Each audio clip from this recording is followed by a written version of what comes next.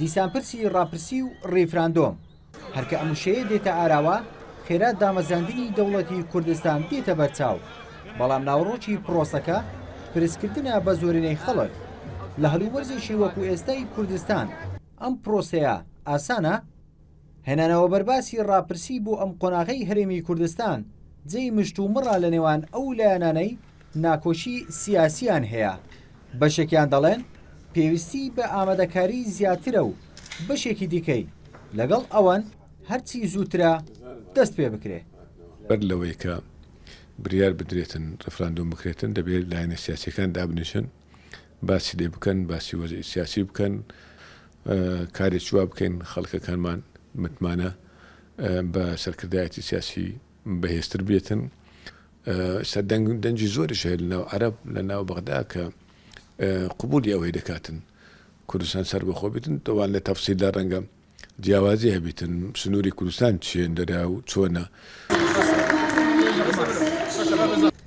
هەرچی سەرکردایەتی پارتی دیموکراتی کوردستانیشە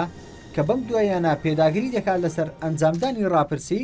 بە پێویستی دەزانێ کە لەگەڵ سەرکردایەتی سیاسی عێراقدا گفتوگۆ بکرێ چونکە هێشتا هەرێمی کوردستان بەشێکە لە عێراق. من ئەزانم 99 لە خەڵکی کوردستان ئەڵێن ئێمە دەمانێت سەربەخۆ بن. ئێمە باسی ناوماڵی خۆمان دەکەینە ناوماڵی ئێمە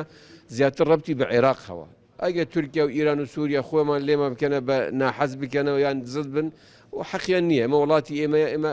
لە عێراقەوە مەربوطین ئەمە شتێکە لە مابەینی ئێمە و عێراقە. هەرچەندە ڕەوشی سیاسی کوردستان بە جۆرێک ئالۆز بووە کە هەموو هەنگاوێکی سیاسی